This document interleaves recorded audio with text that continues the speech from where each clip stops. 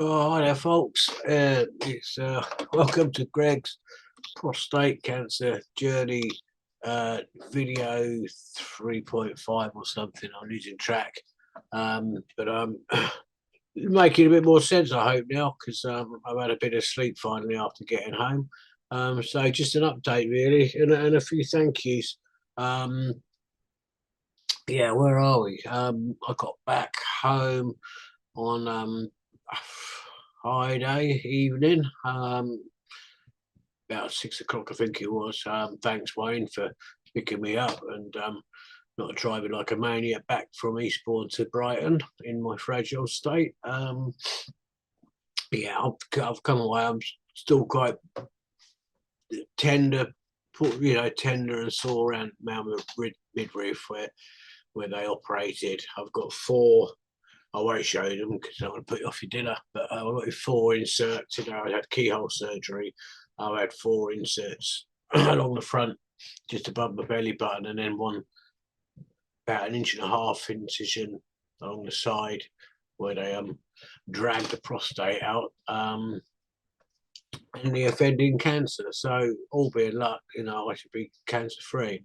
I'll find that out in a couple of weeks. I'm going to have like 6 to 8 weeks. I'll have another PSA blood test, and if that shows that it's gone right down, there'll still be a level there, but it will go down, and then it should remain down if the operation is successful. If it starts to rise, it might be an indication. I've been told that not all the cancer was removed, so it's just another. The journey carries on. Technically, I'm in remission now, so I'm not officially cancer free, but it sounded like that I spoke to the surgeon after my operation, Ed Kalija, nice guy, top guy in the robotic technology side of the operation, and he seemed quite confident. He did say that they found a bit more than originally was showing up on the scan. So all as well, it's all gone, but we will find out. They now take the prostate off to the lab and give it further scrutiny, and you can get more on it from there. So that's the latest there, really. 6 weeks time I'll pick up. And at the moment I've got a catheter, which isn't any guy tells you about a catheter, it ain't pleasant. It's you got to empty it, every while, and it's just awkward to sleep in and stuff like that. I won't go into details for that either. I've been looking at some reports, some great websites out there. I'll go on to PCaSO because that's it. You've helped me out quite a lot. But I started up doing these videos. Haven't seen this American guy called Mark Zilbert, and really good informative videos, and along with a few other things, reading material that you're given, helped me decide on what course of treatment. I haven't chose that treatment. I looked at this video, which is where he explained his journey, which is kind of why I'm doing a UK one here. So I hope this helps, and I would encourage guys to get their PSA blood test, because I'm going to say now 40 plus. Definitely if you're 50, get your PSA blood test. But no harm to ask for it when you're 40, and insist on it with your doctors. It's not conclusive, but if there's a raised PSA blood level, which stands for prostate antigen, it's gone from me now anyway. But anyway, get it done and get it sorted. Good is a good indication, and it's better to know than too late. So yeah, I wanted to thank a load of people. Now I can read my writing and things like that. The other side of all of this, our two specialist nurses, Gabby and Nix, who been really helpful on the end of the phone, always phone back. They were there when Nix was there at the just before I went in, so it was good to talk to her afterwards. The ward nurses, and I haven't got them all, but Nikki, Ronnie, Laura, Maria, Susanna, there are a few of them really good. And the Royal Princess Royal Hospital, Hayward Heath, you know, I went over there for my biopsy, and spoke to the consultant there. I haven't got his name down. I'll do, you know, do a bit more of that later.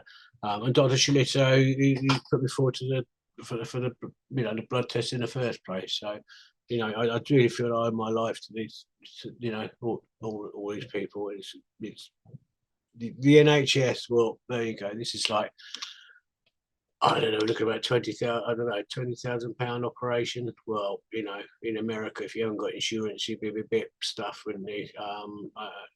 This is our NHS, and you know, from start to finish, I've been exemplary.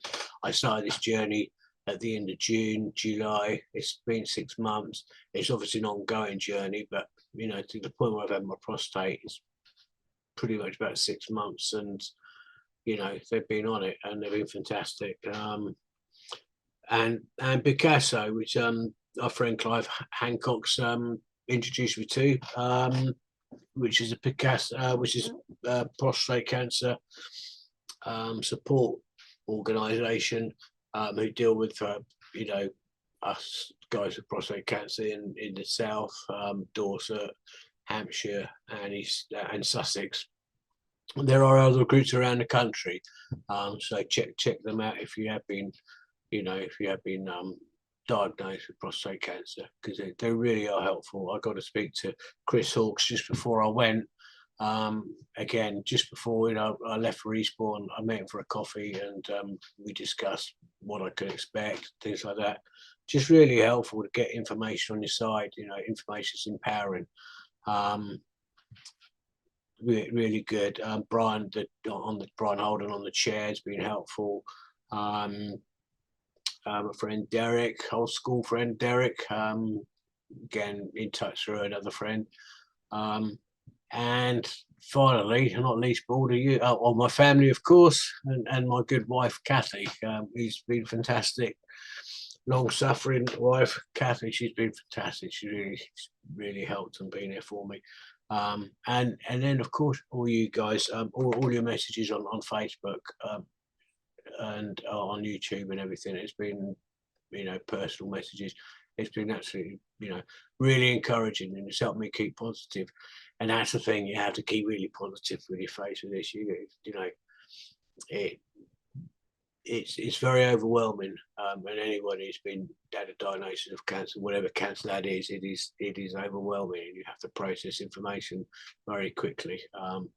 And you know, the support has been fantastic. So I'm going to leave it there. I'm still on my dry January. Obviously, I've got the booze collection behind me there, that way, but I haven't touched any of it. Honest, I can't say I actually want a drink at the moment. Tea's my preferred substance at the moment, so I'll have another cup of tea in a moment. But yeah, I'm still doing the dry January and raising money for PCaSO. They're a small group, you know, it's a small charity, a registered charity, but they don't get government funding or anything like that. They are self-funded. So any donations towards my dry January, so I'll put a link up in this in a bit. And again, once again, thank you all of you.